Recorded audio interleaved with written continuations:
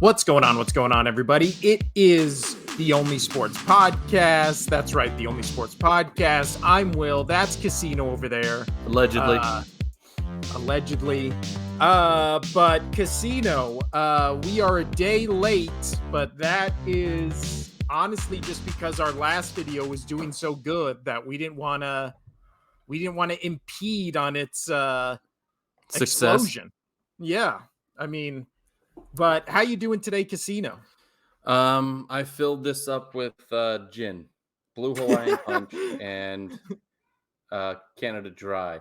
That's not me trying to get the endorsement or anything, but I mean, that'd be great. Yeah, our last video on YouTube where we talked about the AFC North, our most viewed video we've ever done guys. on YouTube. That was awesome. And we get comments. Yeah, and we love the comments. I've been replying to them. It's also in our top 5 most listened podcast episodes. So thanks to all the new listeners or the returning ones who checked it out. So yeah, today we're going to be talking about the AFC East and breaking that division down, which, as we mentioned last episode, might be the best division in all of football. And going through like their stats and what they did, that's definitely going to be a division that's kind of up for grabs for anybody. I could even see a scenario where the Patriots are actually good this year, Casino. Oh, they're going to be decent. I just think that this is going to be, we'll get into it, but I think this is just too stacked of a division.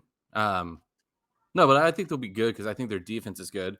I know they got worked last night in their preseason game, but I was watching that.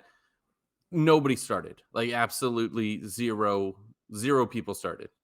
So yeah, and that's why we put no stock in the preseason. Yeah, because we barely even talk about them on here. Yeah.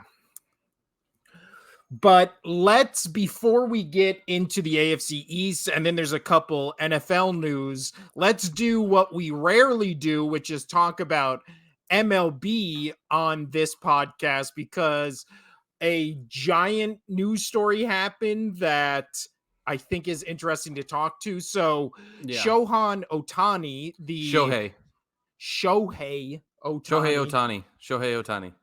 The star. As you can tell, this is why we don't talk baseball that much. And we just don't have enough time. You know, we pretty much shackle ourselves down to about 3 hours every week because we have kids and lives, and it's too tough. But sorry if we don't get to all your sports and all the hot topics, but this one is important. But hit us with the news of what happened with Otani. Right. So Shohei Otani. If you don't know about him, you've been living under a rock. You shouldn't even be watching this podcast or listening to this podcast because apparently don't chase away all the new people we just. I'm going to chase them away. No, I appreciate it. No, Shohei Otani, arguably, possibly could have been the best player in baseball history, just with what his skill sets are. So he's plays for the Angels. He's a dynamite pitcher, dynamite batter. So he DHs for them when he's not pitching, or even when he is pitching. Well, the other day he had a doubleheader, and he played the first game. And going into they pulled him in the first game, and going into the second game, he just came in, and he was like, "Hey, I got some soreness on my arm. We're going to take it easy." Well, come to find out later that night, it broke that he tore another ligament in the same arm that he's already had Tommy John surgery.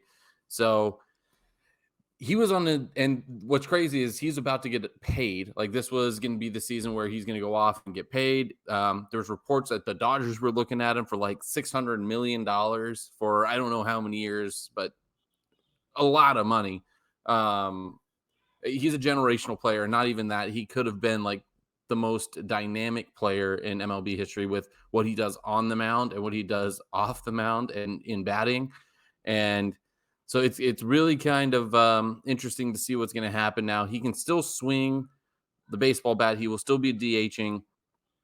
But it's going to have to be his decision if he wants to go through this surgery, which the recovery time is somewhere around 9 months. But it's like, what team would now want to go for him for a guy that's going to have his second surgery, second arm surgery in his short career so far. I mean, he's only 29 years old. So very interesting to see what's going to happen here. Yeah. Well, it's also one of those things where he is, because remember, I don't even know if we talked about it on this podcast, but right around the baseball trade deadline, it was like, oh man, the Angels just have to get rid of him because they're not going to he's not going to re-sign with them. They need to get like a king's ransom before he becomes a free agent this coming offseason. And then there were all these rumors that obviously the big names that are always involved that spend a shitload of money, the Dodgers, the Yankees, even your Red Sox were like, they got to get this guy. He's a generational talent, blah, blah, blah. And then nothing happened. And then there was kind of this buzz where it was like, maybe he stays with Anaheim.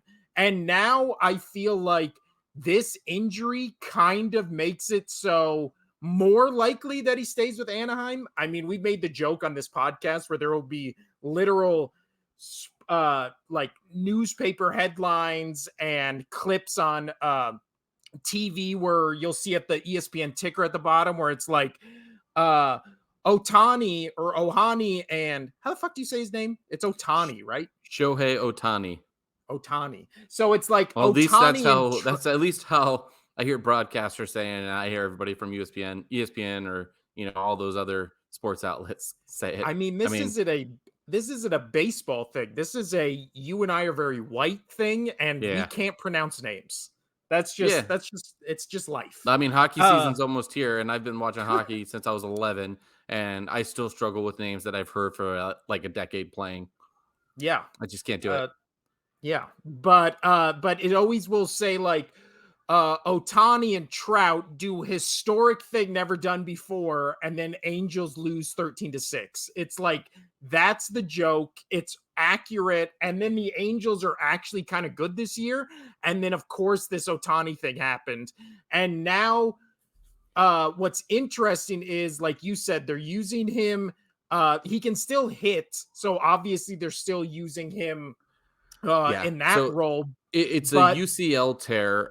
So he is a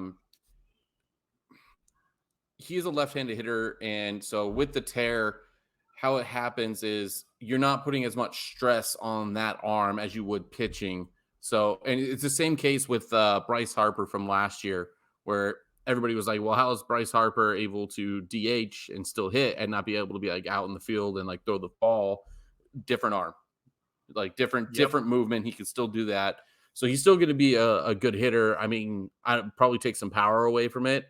So he's probably not rocking the homers like he's going to be or has been, but still. So yeah, you can continue on that. Well, I was just saying with this, there's rumors now that they're still going to use him as a closer, which I don't think like the Angels are quote unquote that's just an option this year. Yeah, but I don't think anybody's picking them to win the World Series pre this injury or now post. No, they're last I saw, they're like 10 games back from the wild card, something like that. I actually pull that up for you right now. And on regards of to using him as a closer, I don't like that. I mean, and I don't. It's still going to be his call, I'm sure. Because you don't want to be like trying to turn it into football. Like the whole Tua's okay. He's had one concussion-ish kind of thing. It wasn't really a concussion. He can play kind of thing. It should be up to the player if he wants to continue on it or not. So the Angels, they are the wild card. How many games back are they? There they are. They are 9.5 games back here. So they're pretty much risk it. Yeah, they're out of this. And the teams that are close are still battling and probably not going to make the playoffs. Like the Blue Jays are a game and a half. The Red Sox are 3.5 in going to the wild card. But I mean, that's against the Mariners, Astros, and Rays, which they've all been just finding ways to win this year. So I don't even see those teams being able to come back from it. So they should rest him. I mean, they're just trying to I think they're putting that out there because they want to trade him still and be like, oh yeah, we could still use him. He could still DH and close for us. He's still a viable trade option. You guys should come Yeah. take him. Um, I don't. Any organization would be happy to get Shohei Otani, even in his weakened state, because even if he does go get surgery, he's already proven that he's gone and has surgery and he's come back and he's done just fine, actually amazing. So, I mean, it's only been a 3-year span of what he's been able to do. And he looks absolutely amazing, but is it going to be one of those things where you look back on his career and you tell your kids, you had this generational player, probably arguably one of the best players that could have ever played the game of baseball, but you only have like a 3-year sample size of it because of injury, which sucks. So I think that he's going to go get his surgery, and I think that he'll come back and still be a dominant player because he still understands the game of baseball. So he's just probably going to have to work out how to pitch correctly without ruining his arm again. Or instead of using him every 5 games, they limit him out of rotation. Like they skip him on a rotation and, use him as a clutch dominating player. Like, oh, we're going head to head against a team that we need to beat to get into the playoffs, or like say they are in the playoffs down the road. Oh, we need to win this game. Let's put him in ahead of schedule on this one. But he should be rested at that point. So, Yeah. I mean, have you ever watched him play? I know you don't watch a lot of baseball, but have you ever watched Shohei Otani play? Yeah, I've watched a couple Angels games for him specifically. And my question to you, and the last bit we'll talk on this topic, is do you think the Angels at this moment, because we just talked about it, they're 2 months before the season ends, they're basically out of it. I mean, there's a snowball's chance, but let's say it's pretty clear right now a lot would have to happen for them to make the playoffs. But Otani, this injury happens. They're kind of out of playoff contention. There's also the rumors that he's obviously not going to stay with Anaheim because this is his contract year. So do you think on the Angels part, they're kind of just being like, oh, we can still play. He can all do this because he's still, at the end of the day, sports is about, people as assets, right? So he's the most valuable asset they have. And obviously they can't trade him, but it also becomes one of those things where there's like a 10% chance he stays with us and a 90% chance he goes. So what do we give a fuck if he's still out there like fucking up his arm, because he's not going to be with us next season. So it becomes one of those things where it's like, if he wants to play, he can play because he's not our future. Yeah, but you've still got to get rid of him first. Like, yeah, but they're going to lose him. If he injures it worse. Well, no, I'm saying they're going to lose him in free agency. Isn't this the last year of his contract? That's why everybody was saying they should trade him before they lose him this offseason. Like, got it. Yeah. So I'm just saying maybe that's the perspective of like, yeah, he can keep hitting because this time next season, he's not going to be an Angel. So why the fuck do we care? Like, have him throw his arm off.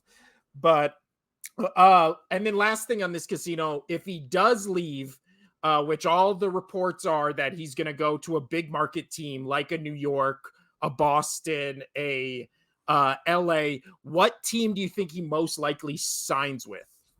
Man, I know LA's had a big interest in it for him. I'm wondering if New York would be a good option because I feel like they're getting ready to clean house. Yep. I mean, I feel like they're going to clean house after this season. Like they're going to be getting rid of all of their management, all of their GM. I mean, this is one of the worst years in Yankee history. Going back to like for a long ass time. I heard it this morning. The worst record they have had since 1993. But 93 and years. then 93. But even then, like it's bad. They're in bad shape with all these superstars that they have. And especially because they paid Judge so much money last year. And I was going to say, I mean, Judge is the only good thing. He's the one that snapped their losing streak because he hit 3 home runs in the first inning. Yeah.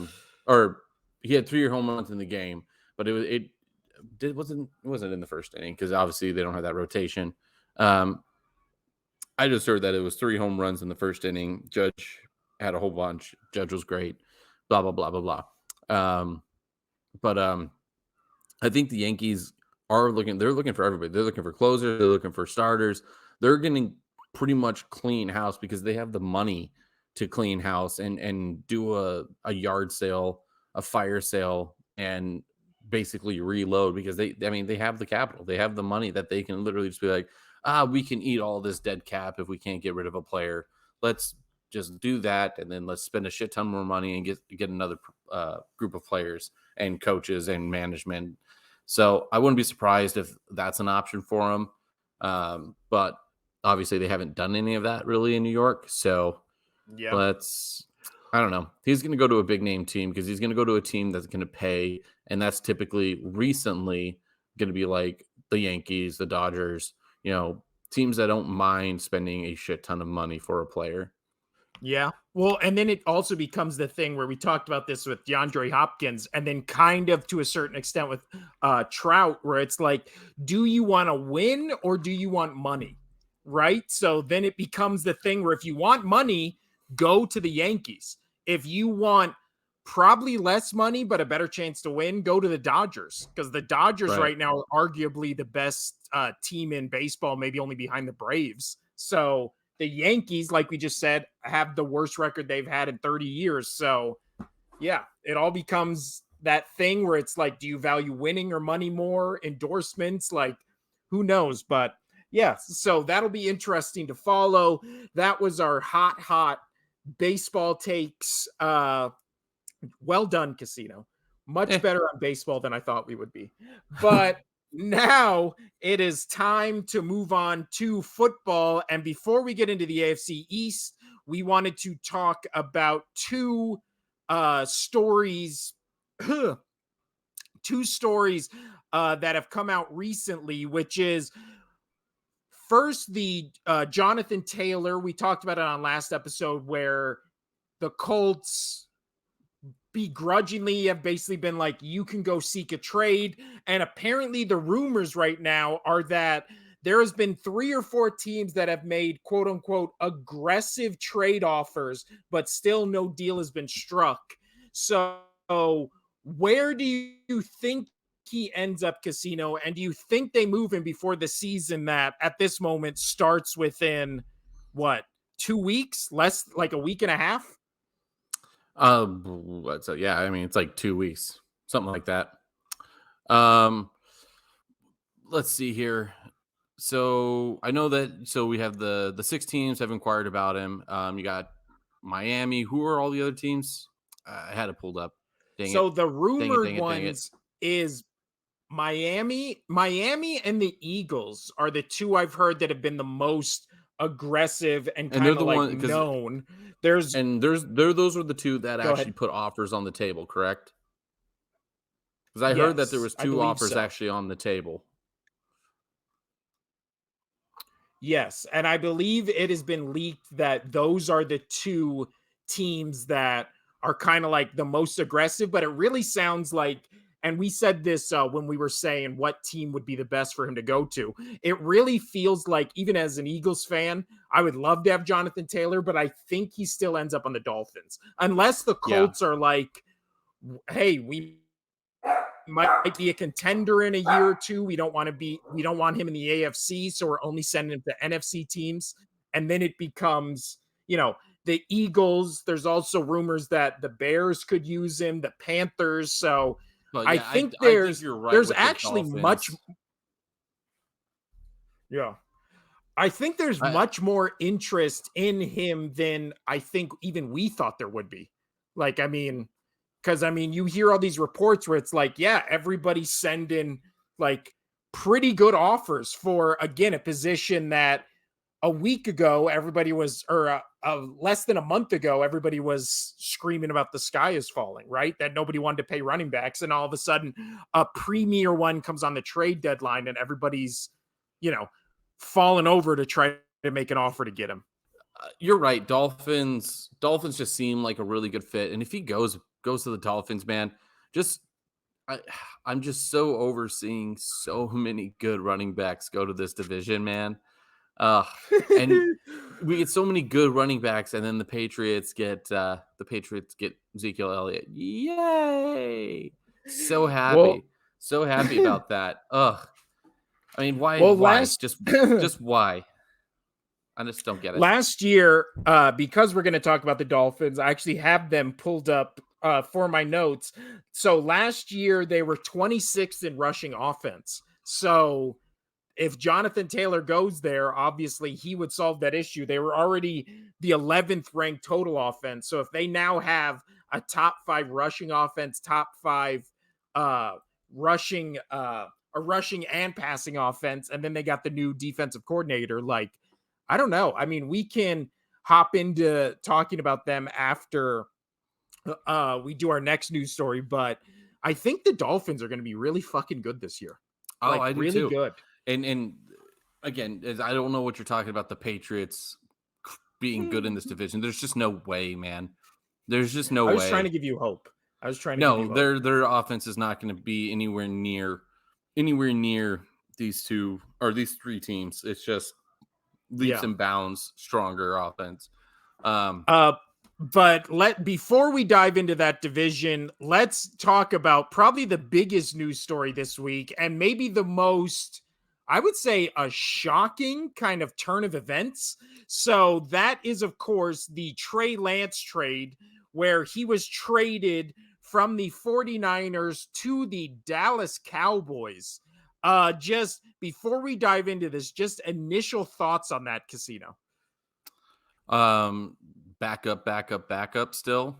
Like I just feel bad for him because he's not getting any real chance. He's had 4 starts in Yeah. the NFL for being drafted as high as he is. But I mean, how good is Trey Lance? Like he wasn't the best when he got those starts, but everybody's like, okay, he's young, he's getting his first start in the NFL. You've got to work on it a little bit.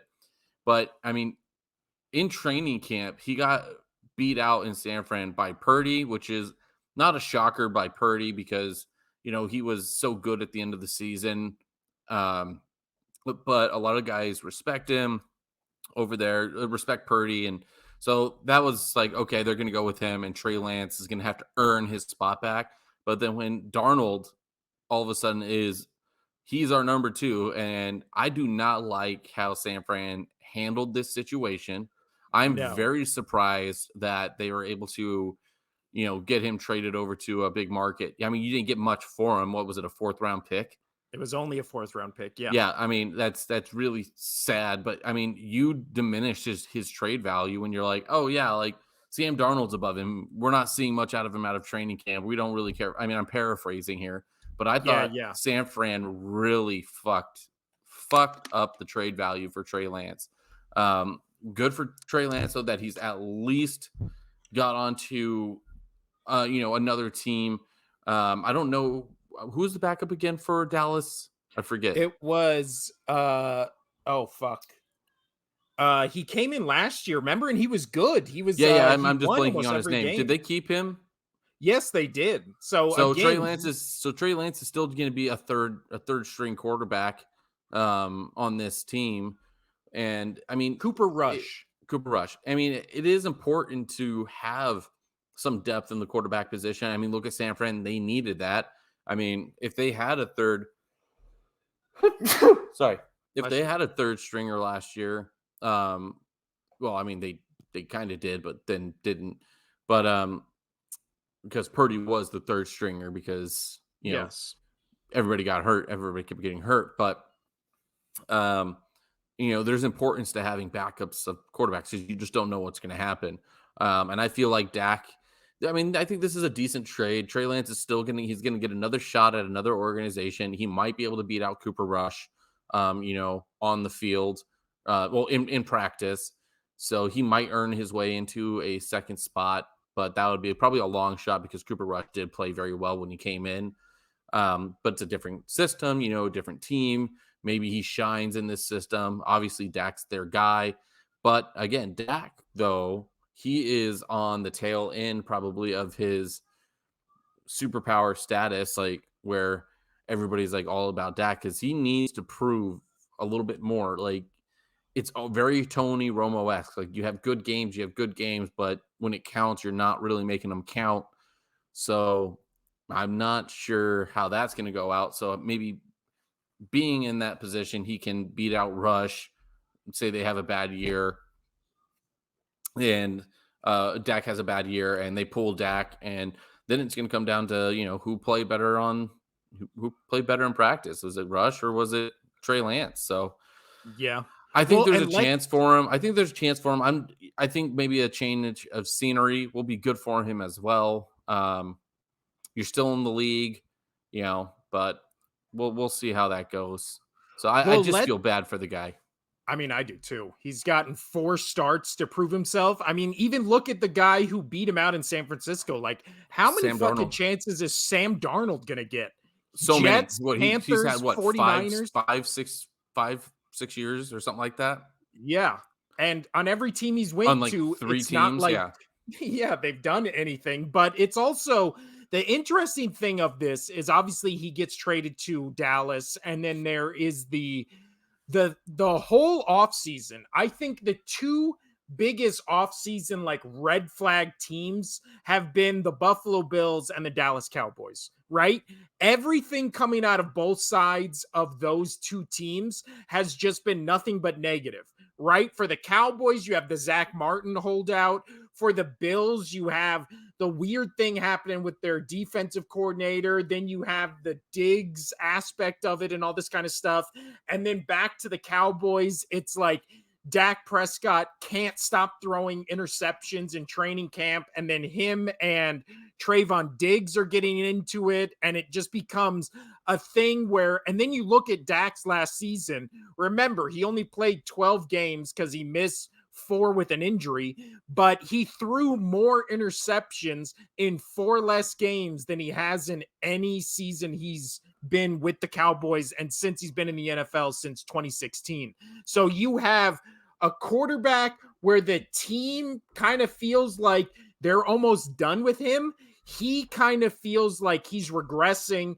The Cowboys haven't necessarily got better on offense this offseason. Their defense is, they feel weirdly similar to the 49ers, where it's like they have a bunch of question marks on offense. Their defense is elite, and they're kind of just trying to be like, how do we get that extra step to get us to the Super Bowl and obviously winning it? So then you add Trey Lance, which I don't know how this helps the Cowboys, because again, they had Cooper Rush, who is a great game manager, right? He came in and just kind of like let the Cowboys do what the Cowboys do best, which is play defense and run the ball. So then you bring in this unknown who now, like you said, if Dak Prescott struggling or he has a couple bad games in a row, then all of a sudden that media is going to be like, why don't we give Trey Lance a shot? I mean, he's been in a couple games. He's looked pretty good in it. So it just adds more kind of just like disrespect to Dak, but then also it's also just like, why would you make such a public trade for a guy who's potentially your 3rd string quarterback? It just seems, I don't know. It just, this whole thing just seems weird. And again, like you said, I feel bad for Trey Lance. Let's not forget what the 49ers gave up to get Trey Lance needs to be criticized endlessly. Yeah, no, this is one of their, this has got to be their biggest fuck up since I can recall. So the 49ers traded up from number 12 to number 3. So again, they only moved up. How many spots is that? That's 9 spots. So they moved up 9 spots. They gave away 2 first-round picks, the one in 2021, 2022, a 3rd-round pick, and then another first-round pick in 2023. So they literally gave up 3 first-round picks and a 3rd-round pick well, I guess 2 first-round picks and a first-round pick swap, so you can't really count that. So basically, 2 first-round picks and a third-round pick to move up 9 spots to take a guy who, again, started on their team for 4 games. And then people say, "Oh, well, he broke his leg, and that's kinda like, that was just bad luck." But it's like, how many quarterbacks on the 49ers have to get injured from schemes and blocking assignments before you start looking at the genius Kyle Shanahan and being like, hey, maybe everybody on our team's so fucking wide open because you block 6 defenders with 4 guys and then your quarterback gets fucking annihilated? Like, that's what angered me so much about the Eagles 49ers playoff game, where it's like, well, they didn't have a quarterback. They didn't have a quarterback. It's like, yeah, they didn't have a quarterback because your offensive genius minded coach lets the defense basically take free shots at your quarterback so they can get like mismatches on defense. And then it's Right. just like, why do you think most teams don't do this? Probably because the Chiefs don't want fucking Patrick Mahomes having a 300-pound linebacker just has a straight beeline for him. Like, that's probably why they don't run those schemes. Like, you have to be like, hey, is Jimmy G injury prone? Or is his head coach just being like, okay, Jimmy, on this one, you're going to have Jimmy. 3 seconds to throw, and then you're going to get fucking annihilated, but it's going to be a 20-yard gain. So, it's worth it. And then again, it's one of those things where it's like doing the same thing over and over again and expecting different results means you're fucking insane. And this thing where it's just like, I mean, Jimmy G, Brock Purdy, Trey Lance, even Alex Smith when he was there. I don't think he was with Kyle Shanahan, but no, I believe it was Kyle Shanahan used to be the offensive coordinator for the Falcons, right?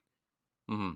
Wasn't there a time where Yes. Matt Ryan missed games because he got fucking annihilated? It's like this track record. Yeah, it's this track record where it's like, it's the fucking offensive coordinator / head coach that is just putting his players in these positions. So it's not bad luck that he broke his leg. It's like, yeah, that was going to happen eventually because it's happened to all of his quarterbacks. So I feel bad for Trey Lance, but it's also kind of like, good that he's off the 49ers because that seems like a dangerous place to fucking play quarterback. Like, again, still no hate or bitterness towards the 49ers because we beat them. So why would I be bitter? But anything else to add on this casino, or can we move to the AFC East? We can move to the AFC East. All right. Good luck, Trey Lance, but hopefully you're not that good because, again, you're playing in my division for the Cowboys. But all right, casino. The AFC East, let's start. You know what? We're going to save your team till the end. Yeah, that's fair. That's where they're going to end up, so.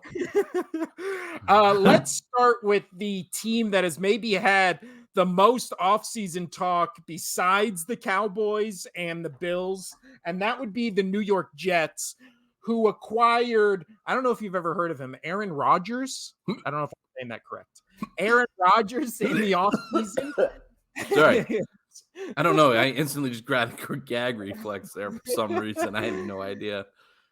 This podcast favorite quarterback in the league, Aaron Rodgers. They also added pretty much the entire, almost every Green Bay Packer that was a free agent. They added Randall Cobb. They added Alan Lazard.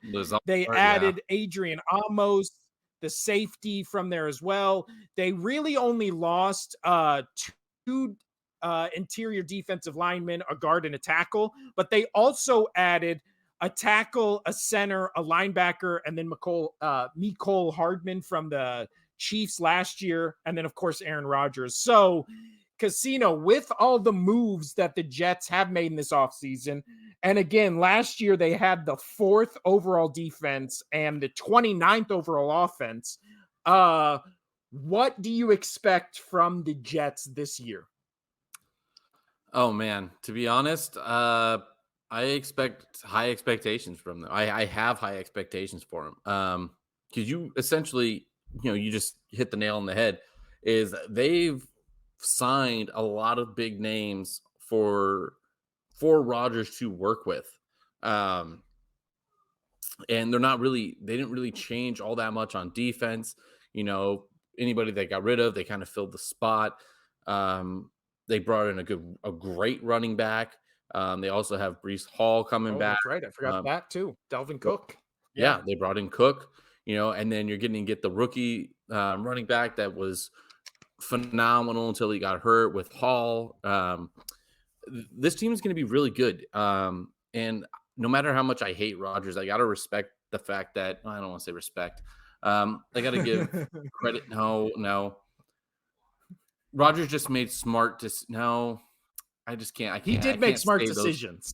Thank you for saying it for Because me because I can't say it. I can't say it. I just can't. yeah, I can't. I told you Um, I like Jets Aaron Rodgers. He's making all the right moves. He's going he's to making all Taylor the right Swift moves, and concerts. Yeah, it's very weird and impressive to see him do that, to actually give a shit about this team. But again, no matter what you do, coming like he's basically changed his whole aura, going after his darkness retreat. He comes back and he's a completely different person. He's taking pay cuts.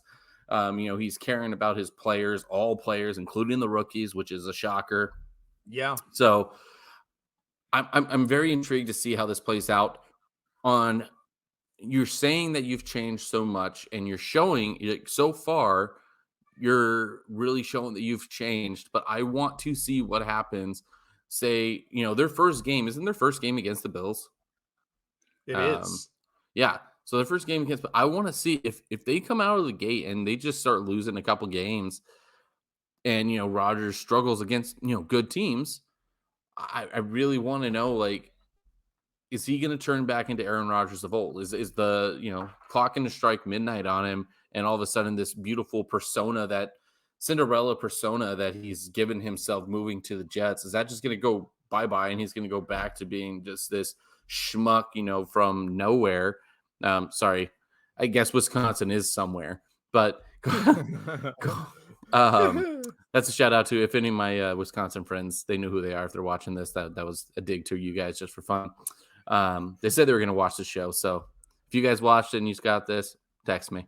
Anyway, but I don't know. I have a fear that if he plays bad, no matter how much he's changed in the offseason, no matter what he's done for this team, I'm really concerned if it turns into, I'm struggling in the first couple weeks, and then it could turn sour for him real quick. Let's see here. I want to see what they have schedule wise.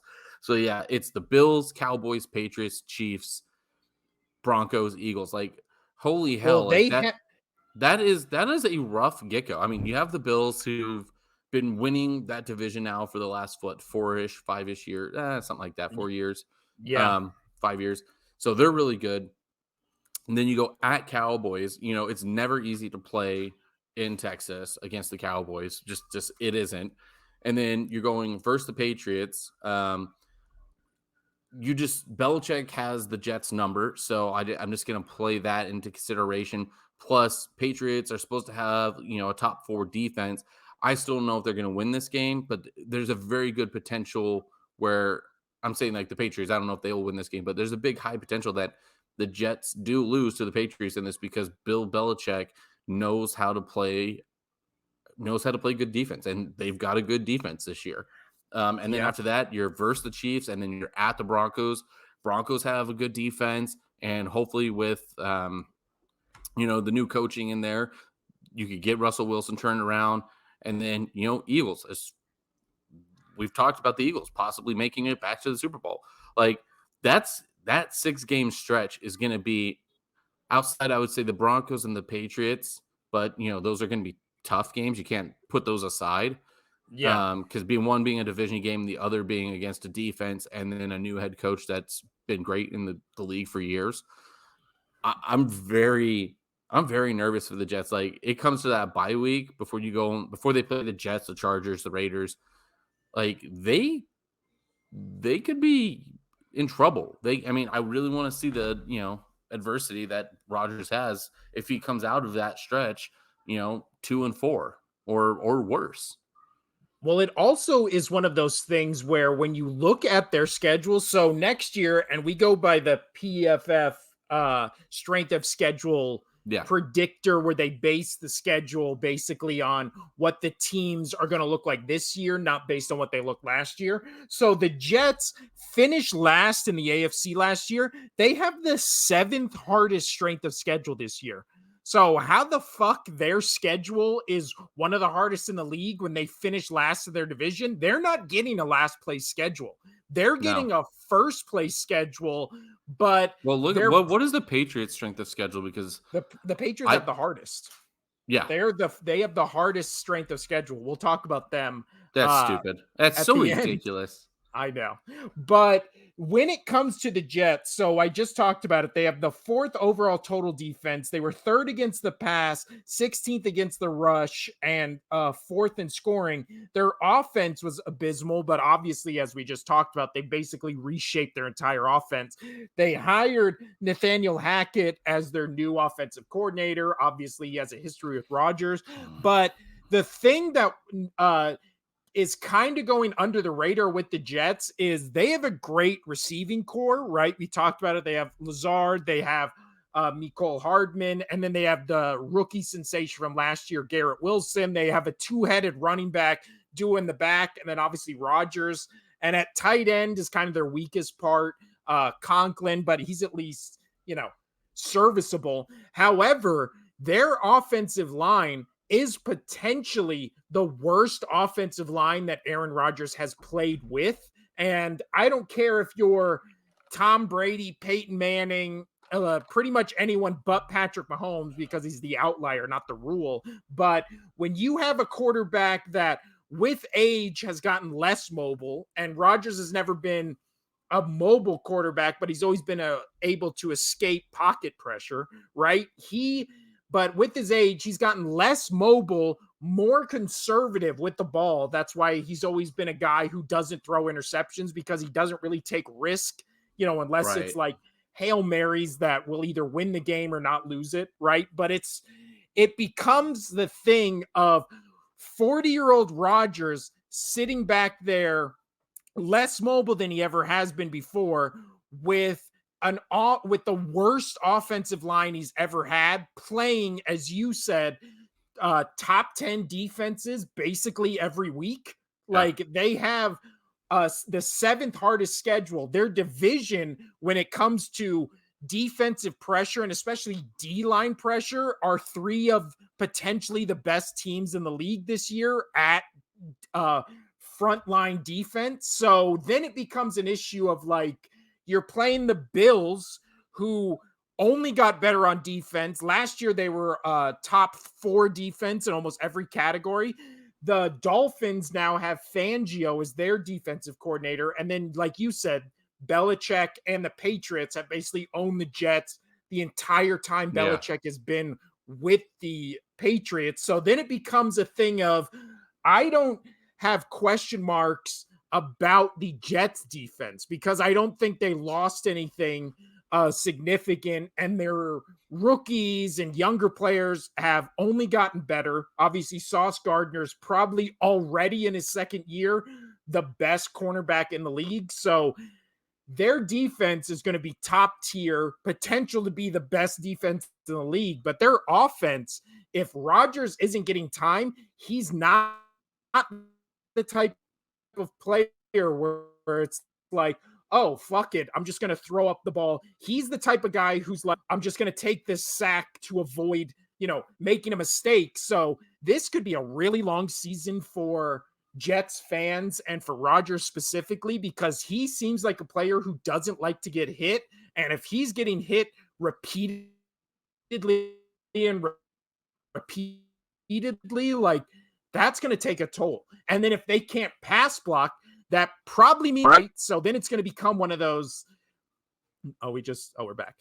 Then it's going to become one of those issues where if this Jets O-line is so bad they can't run or pass block, like, this might look like what the Broncos were last year, where they're losing games 13-9 because they can't get anything going offensively. So I really do think this has the potential to just be a fucking nightmare season for the Jets where, maybe Saul is on the hot seat, and then it becomes one of those things where, like you said, at the bye week, all of a sudden the Jets are like 2-4 when everybody thought they would be 4-2, right? Because the hype Right. train's intensifying. Yeah, So this is gonna be a crazy division. Yeah, I don't know how it's gonna go. So I mean, let's move on to another team. Who do you want to talk about next? yeah, that's pretty much all I had to say about the Jets. Let's move on to the Dolphins casino. They finished last year second in the division at 9-8. This year, however, the AFC East just got annihilated in scheduling. They have the third hardest strength of schedule. They last year were 11th in total offense, fourth in pass, 26 against the run, or 26 with the rushing offense, as we talked about earlier, 24th in scoring. Their defense, however, was abysmal. They were 24th overall in defense, 27th against the pass, 6 against the run, but 24th in scoring. They obviously hired Vic Fangio, the former Broncos head coach, who I actually was hoping would be the Eagles defensive coordinator, but the Dolphins got him. 9-8 last year, casino, third hardest strength of schedule. Basically, the Dolphins, when you're talking about them, the first name that has to come up is Tua Tagovailoa. Tua Tagovailoa. See, that's a name. That and Giannis Antetokounmpo are the two names that I feel like I can nail. But when it comes to the Dolphins casino, how confident are you that Tua can last an entire season? I'm not confident at all. I'll be honest. I mean, I'm very worried for him. I think, yeah, you've had some time now to, relax, but the concussions don't work that way. Concussions don't work that way. That is, yes, getting a little bit of time is just Yeah. nice, but dude, you still rattled that brain. Like he takes within the first like 5 weeks, I'm less than that, maybe first 3 games, I'm going to be watching him like a hawk, and I'm going to be watching how many times his head bangs off that ground. I am worried, but like if they can stay together, I mean, this is a good team in my opinion. I think they're all good teams, but I mean, they all have their issues that could happen. But yeah, man, I do like this team. They pretty much have it's what's funny is I'm looking at like all the over unders. They pretty much have everybody at the exact same, except for New England. New England, they have super low, which I mean, to your point, I'm going to be that guy where I'm like, my team's going to suck.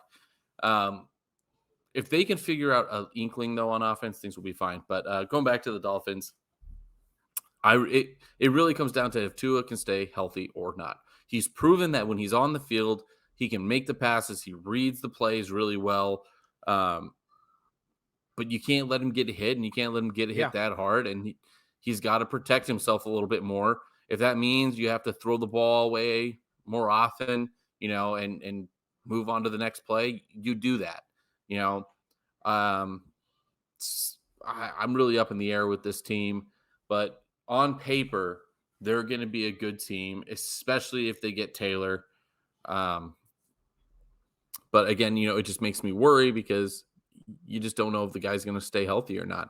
And it's not like one of those things where, they tweak something, and let's talk about Joe Burrow. He tweaks something a little bit. We'll see if he can power through it.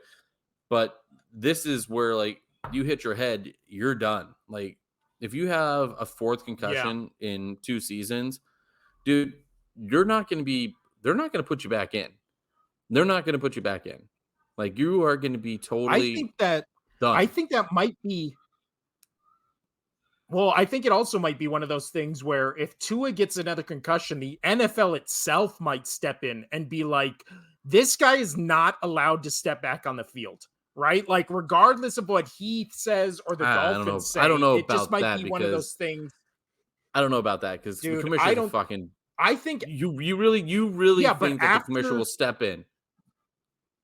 Yes. After the DeMar Hamlin thing, I think it will become one of those things where we almost saw a Well, guy the Dar die on the yeah, field. well, the Hamlin thing was, I mean, no disrespect to that because that was a scary incident. I watched it live and I pretty much dropped my glass at work when I was filling it. Yeah. Um, like actually not pretty much. I did. I was at the glass rinser and I like dropped it as I watched him fall to the ground. Not taking away from that, but that's a totally different instance where like you if even if the NFL steps in, you can't compare that with a Damar Hamlin because that was a freak of nature thing. That was at this point you can't play the game of football if you're keep worrying about what happened with the Damar Hamlin. You know, that was just a freak of nature thing where like that's if I just like went over and like I hit you in your chest, you know, like haha buddy buddy, and I hit you in your chest hard enough, you know, with like a little side bump, and it caught it right in between beats, you know, that's shit. That just sucks. The timing was that bad. But so I could see what you're saying if they step in, but I don't think it has anything to do with the Damar Hamlin thing.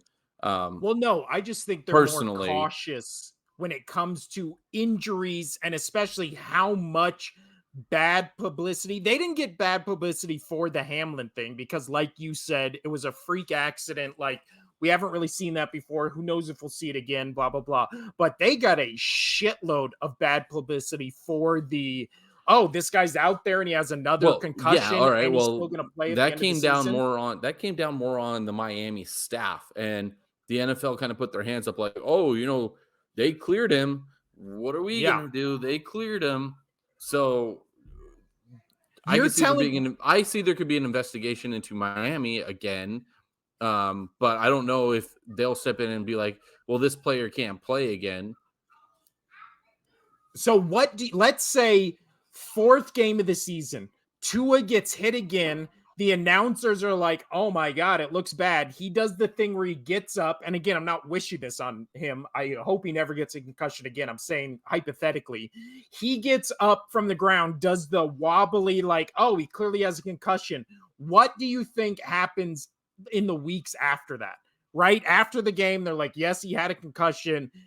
Do you think there's even a 1% chance the Dolphins are like, we're seeing how he holds up and if he can come back later in the season? I really No, think if he gets he's going another to go one, through it's just concussion shut down. protocol. He's going to go through concussion protocol again with that team, but I feel like they've been hammered enough from last year that they theoretically should have their shit together and not make another mistake. So if they do, I would say it would take two.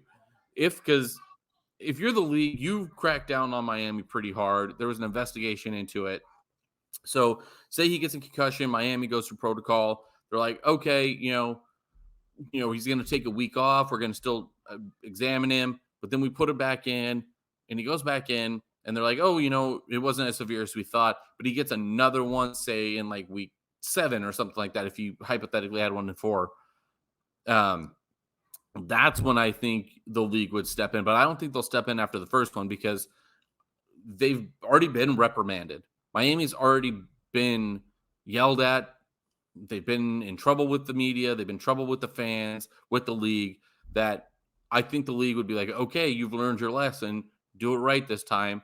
But if he goes in and gets another concussion, and then I think the league will step in and say, that's where I think the league would be like, okay, like we're done. All your concussion protocols have to go through us. You're firing everybody that part of your organization. So that's where I think it would have to take 2.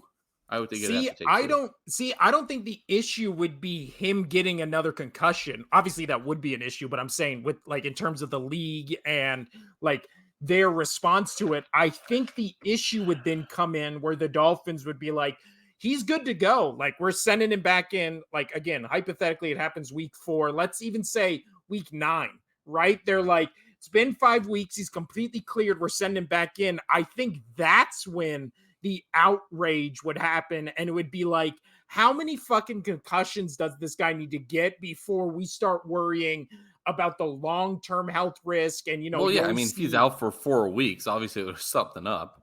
Well, but yeah, I think regardless of how many weeks he's out, I think then it becomes an issue of like, should this guy even be on the field?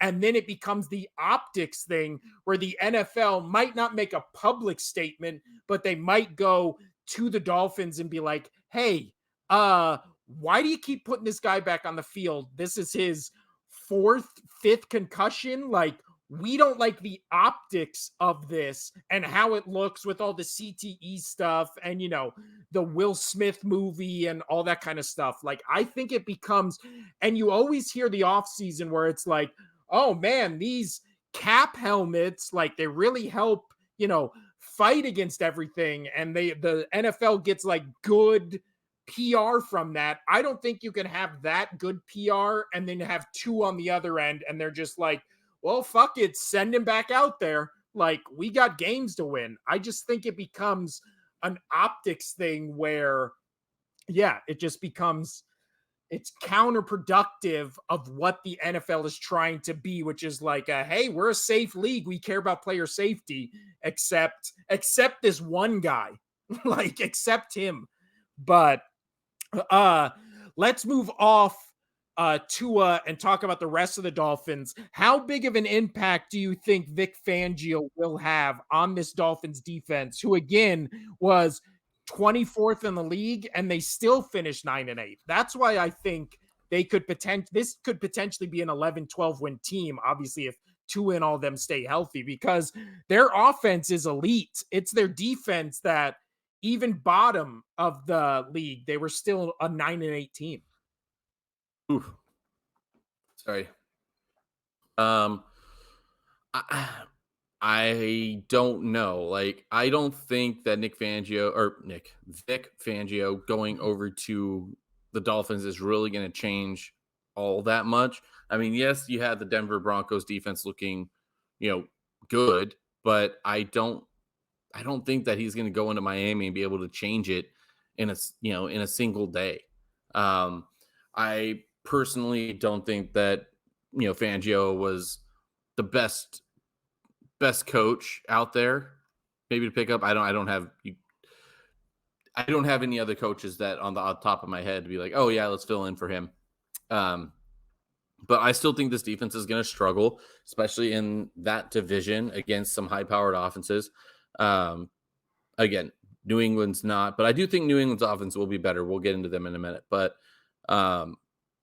I think he still struggles. I don't see a complete transformation going from, well, what did you say, like 23rd worst defense? 24th worst defense to going all of a sudden the better half of the league. I don't see that quick of a transition with Fangio as their defensive coach. I don't see it happening that quick for them. So I don't think it's going to change all that much, to be honest. I think Fangio is one of those coaches we always talk about where bad head coach may be one of the best coordinators at his position. So as a defensive coordinator, everywhere he's gone as a defensive coordinator, the defenses have made leaps and bounds from what they were previous to him getting there. Okay. So I think that's why the over-under for the Dolphins win total predictions is 9.5. I don't see how this is a 9-win team if they're able to keep up the same around a 10, 11, 12 total offense, but I don't see how this defense is worse or I don't see how it stays the same, gets worse instead of getting better. Like, well, I don't say they're not going to get 15. Better. I don't think they're going to jump into the top half of the league, though. Yeah. So in the offseason, they did add a bunch of pieces on the defense. Obviously, they added the two edge rushers, Ingram and Ginkle, which is a great name. But I really like David Long, the linebacker they added from the Titans. He was a guy I was hoping the Eagles would pick up, but I do think the additions this Miami team made were kind of all defense. And then the offensive identity, they kind of just kept. And it was last year the issue was injuries. It wasn't personnel. They have all the personnel they need to have an elite offense, because when everybody's healthy on that offense, Tua included, like, that's a great offense. That's has a potential to be a top 5 offense in this league, especially where when you look at Tua, every year he's gotten better. His rookie year, he threw 11 touchdowns, 5 interceptions. Year after that, 16 touchdowns, 10 interceptions. Last year, 25 touchdowns, 8 interceptions, and his completion percentage is kind of steadily getting better. So I think Tua has the potential to be an elite quarterback in an elite offense, especially with McDaniels as their coach. But yeah, their question mark becomes their defense. And then, like the Jets, their strength of schedule is fucking brutal. Like, they just dude, have the AFC a East got rough. wrecked on strength of schedule. They're what you know how every year they do the thing where they're playing another division. What division isn't the division they're playing? Isn't it the NFC East? I believe so. Yeah. So they got matched up with the NFC East, which is also in contention for one of the toughest divisions. So they're potentially in the AFC, which is the hardest division, and then matched up against the NFC East, which is potentially one of the hardest divisions. And then they also have a bunch of AFC West teams. They play the Chiefs, they play the Cowboys, or they play the they play the Titans, the Raiders, the Ravens. Like, these are all teams that have the potential or already are great teams. So yeah. Do the Dolphins make the playoffs this year, Casino? I don't know, man. Again, I said it in the last episode when we were going against that other division, that I could see more teams making it from the AFC North. Thank you, the AFC North, than the AFC East, just because I do think the AFC East is the better division, and they're just going to beat the shit out of each other. So yeah. Well, then again, though, if I say that, though, and then, they're playing that division, it makes sense that I could, you might be right saying that other division is the stronger division. We'll see. But oh man, I really don't know. So their over under is 9.5. I'm going to put 10, and I don't know if that's going to get them into the playoffs, because I feel like there's too many good AFC. Dude, there's too many good AFC teams. So I could put the Dolphins at 10 wins, but I don't know if that's going to get them in the playoffs. I really don't know. There's too many good teams in other AFC divisions that are playing easier schedules. And then the two best divisions in the AFC, yes, they're going to go head to head, but whenever they play somebody else, they're going to wreck those teams. So I really just don't know how that's going to play out. So, well, I also think when you look at the Dolphins, it comes down to, especially for this division, the last 4 games they play the last 5 games, actually. They play the Titans, the Jets, the Cowboys, Ravens, and Bills. Like, if they're kind of right on the fringes of either getting into the playoffs, maybe winning that division, that is a tough 5-game stretch to, have to go 4-1, 3-2 to even make it into the playoffs.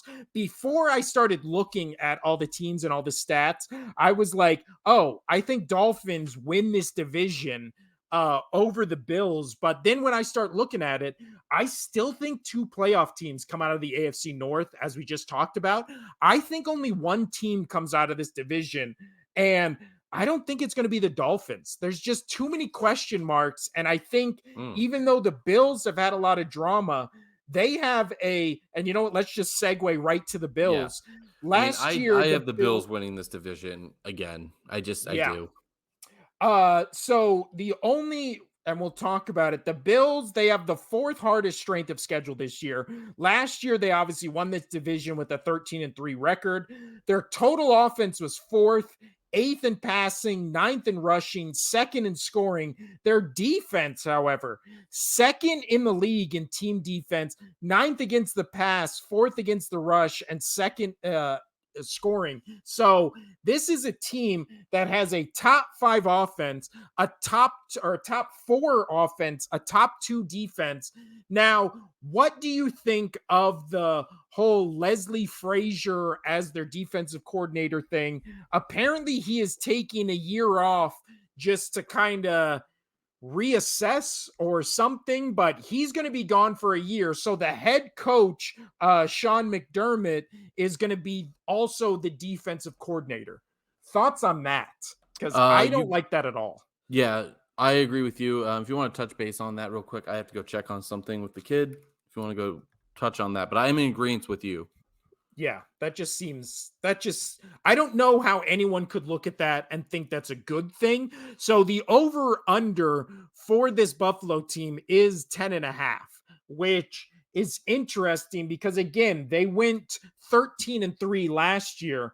And then as far as their offseason shenanigans, despite that, I mean, they lost Tremaine Edmonds, their linebacker, which I think will be a big blow to this defense that is obviously, one of the best in the league because they're top 2. So clearly I think it's and plus, I think Buffalo never gets looked at as a great defensive team because of how dynamic their offense is. But in terms of defense, I mean, I think it's 49ers, Bills, Cowboys, potentially the Eagles, all kind of in that top 5 defensive zone. And with what the Bills lost, which was they lost Tremaine Edmonds, but they were able to re-sign Jordan Poyer, which I think really helps to have an elite safety, especially in today's NFL, because everybody's so pass happy.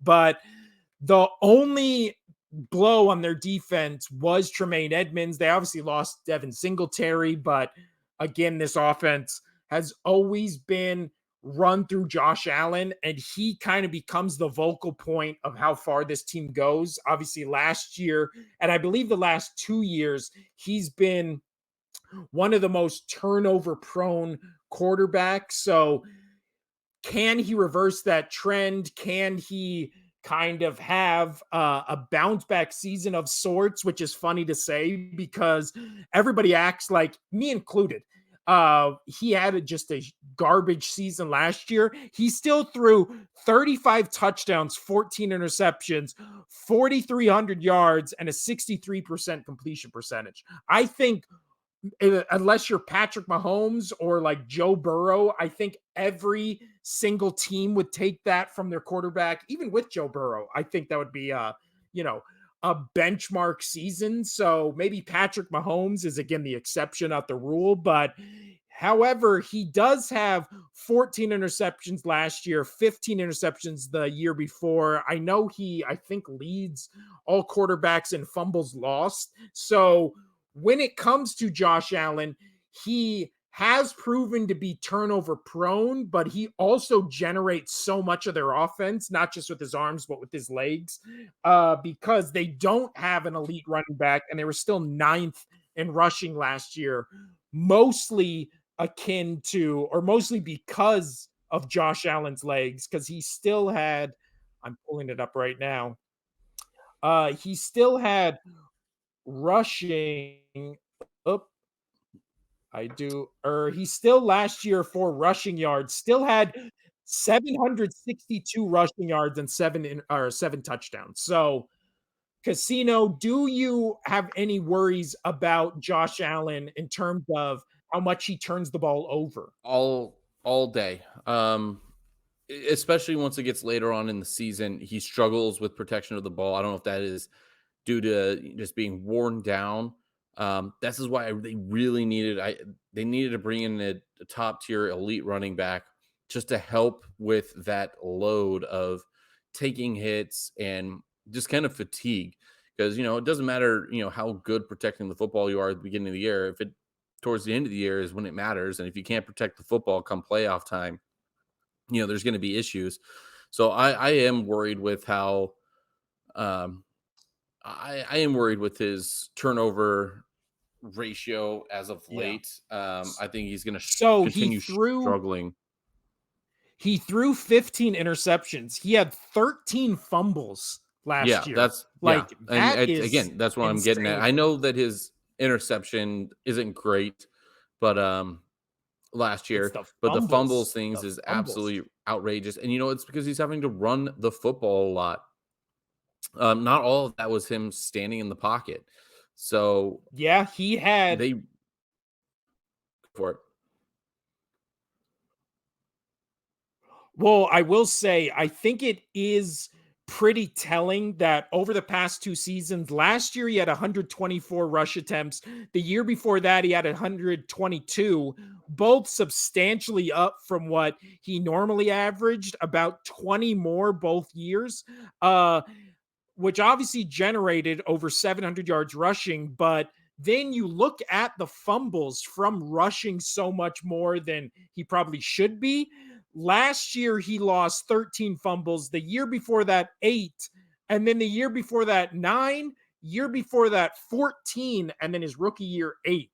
So he clearly has a fumbling problem that is kind of more shown in the light because of how much more they're making him rush, right? Like, I mean, most of his runs, they seem like kind of quarterback designed runs where it's Mhm. like, all right, this one you're gonna He's do a so big that quarterback they're using draw. him as their running back, man. Yeah.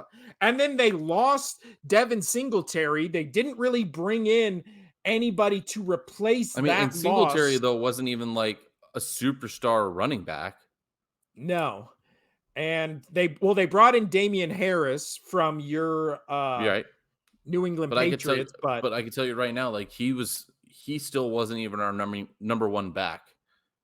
yeah. So And then oh, well they did they have Cook, not Dalvin Cook, but the other Cook. And yeah, I just don't. Again, I think my issue and our issue we always talk about with Buffalo is this team lives or dies by Josh Allen. And the past couple seasons, they've died by him, right? Like it's been turnovers in big games. Obviously, the Kansas City game was like a fluke. I mean, you can't say it's a fluke because Kansas City won, but it's one of those things where that's not always going to happen. But basically, since that happened, it kind of feels like they're getting worse every year, even though they're still a 12, 13 win team every year, right? So, final thoughts on what this season looks like for the Buffalo Bills. And I'm going to run and take a piss real quick while you say this. yeah. The best thing about this show is it's raw. It's a raw show. um, I do think that the Bills will still win this division. I think it's going to, I don't know if they'll make 13. I think the over under last I saw was 10 and a half. I think they get right above that. I think they get to like 11, maybe 12 wins. All depending if they were able to figure out that whole Stephon Diggs, Josh Allen situation. Um, so I do think that they'll still win this division. Miami Jets will be closer. I do have my Patriots, as we're about to get into, be last in the division, but I can see the Jets and the Dolphins kind of duking it out there for second. But they're still going to be about a game and a half behind this team. So, but what worries me is just come playoff time, because I don't really care about what this Bills record is regular season. They've been good enough to win the division the last 5 years, but it doesn't matter at all. It matters when they get into the playoffs, what's going to happen. So I just don't think that, they'll make the playoffs, but I still got to see what they do. And I think they'll win the division, but they have to show what they can do in the playoffs. You can't get into the playoffs, fall apart like they have been. And not all of it is on Josh Allen. Like, pretty much the team just stops playing all in all. So that's where I'm at. I do have them winning this division, but this is probably their final year for them to really make a stab at this Lombardi trophy. I completely agree. And this is much different than our AFC North discussion. But I really do feel like the Bills feel like a year or two ahead of the Bengals when we talked about the Bengals, where it's like they're going to have to start paying all their star players in the next 1 or 2 seasons. So they are in win now mode. I'm with you where I feel like the Bills have been in win now mode for the past 3 seasons, and they're kind of gotten worse every year. And then this seems like the team where either it's win the Super Bowl or you're going to have to like reset this team, right? Because there's already the contention between Allen and Diggs, and then Diggs and the organization are having a weird kind of thing where they're all unhappy with each other, and then they're kind of taking shots at each other in interviews, but then all saying everything's good. And then there's obvious Josh Allen is regressing a little in terms of how turnover prone he's been. So at 10.5 is the projected win total. You going over or under, Casino? I said over. I think they make 11 or possible 12. I completely agree with you, but I think we are in agreement. We've got to stop meeting like this. I think we are in agreement. This feels like the last year where Buffalo really feels like they have a shot, right? Unless they make obviously drastic moves next season that we all love. But I also think this ties in, especially with the Bengals and the Bills. It really feels like Kansas City is the most beatable they've been in a long time this year, right? Because everybody in their division's better. They didn't really add anybody in the offseason. Their weapons don't scare you outside of Mahomes and Kelsey. So I don't know. It just feels like Bills and Bengals kind of really on the hot seat. All right, let's go to the main event, Casino. And it's only the main event because it's your team. The team that finished last in this division last year, your 8-9 New England Patriots, with getting fucked over again by that damn Roger Goodell in this NFL, getting the hardest strength of schedule. Last year, despite having a defensive coordinator as their offensive coordinator, they still finished 17th in total offense, 20th in passing, 24th in rushing, 11th in scoring.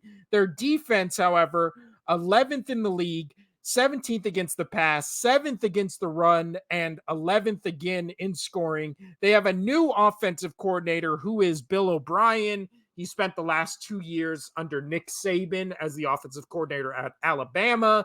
The sick, incestuous relationship between Bill Belichick and Nick Saban continues. Thoughts on your New England Patriots this year, Casino? What are your outlook? I believe the win total for them is 7.5. 7.5. If I'm correct. Yes. I think that's right on par. I don't know. I think that's right about par. Just because with how good the division is and their strength of schedule. I don't understand how my thoughts are because they hate the Patriots, but how they get the hardest strength of schedule. I don't it doesn't make sense to me. There's no rotation for them to get the hardest strength of schedule. It just fucking makes no sense. The league is out to get the Patriots. Fucking hate it. I can't stand it. I think they'll be better offensively with Bill O'Brien coming in. I think Mac Jones will have a bounce back year. I think he'll play a lot better this year than he did last year. I think it's going to be more looking like that first season he had with the Pats. And I do, with Bill O'Brien coming in, I do think he's going to help corral the team down a little bit and basically help his nerves as a quarterback. The defense will be good. I have a feeling like these will be a lot of low scoring games for the Patriots. But I don't have this team. I don't have this team going crazy. I think 7 wins is a good spot for them just because how tough their schedule is with not having an offense. Let's go through their schedule because it is worth noting just how brutal it is. So we talked about this last episode. They play my team, the Eagles, week 1. I still think the Patriots could win this game because of the start of season fuckery that always happens. So I'm still picking the Patriots to win this game against the Eagles, but that's still going to be a tough game. However, after that, they start Eagles, they go Dolphins, Jets, Cowboys, and then they have a bit of a break going against the Saints and Raiders, who are two question mark teams that we don't know about, or we don't know how they're going to be. But then, Casino, the last 7 games of the season, they play at the Giants. Obviously, I don't have to tell you, the Giants kind of have the Patriots number. I don't know if you saw those 2 Super Bowls. But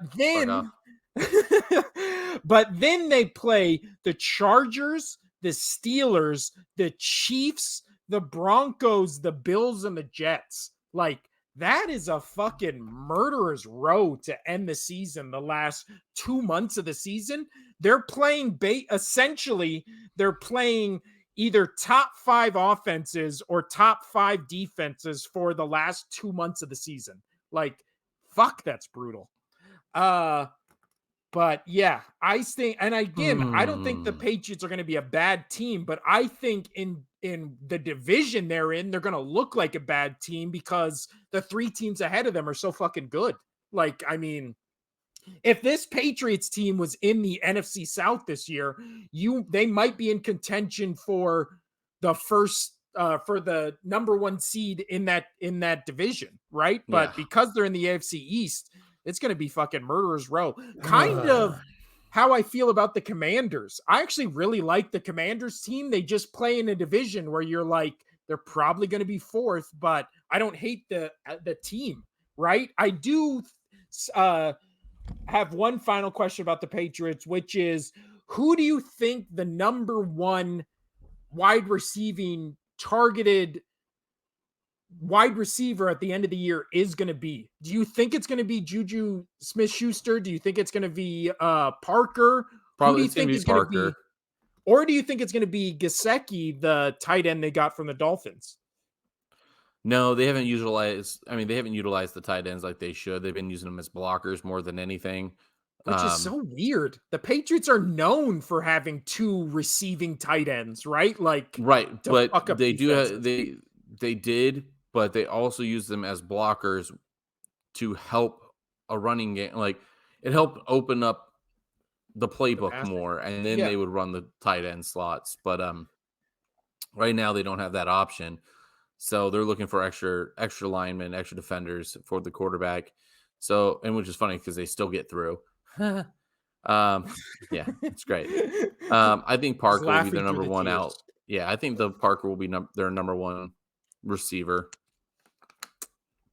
As well as he should be, because he's ranked last in every receiving metric that we grade receivers by, which is in fucking insane that he is your number 1 wide receiver in this pass happy league. But I do think you have Hunter Henry. Now you have Gesicki. I do think you have potentially the best tight end duo in the league, and maybe the shift to a Bill O'Brien offense. I'm not as familiar as his thoughts on 2 tight end schemes, but I mean, if you're looking at this offense, I don't see how you don't just use Stevenson to set up, your 2 wide receiving or your 2 tight end options. And do you think Mac Jones starts every game this season, or do you think Zappy is in by? No, I think they're going to start Mac Jones every game this season. I think they fucked up switching him around last year.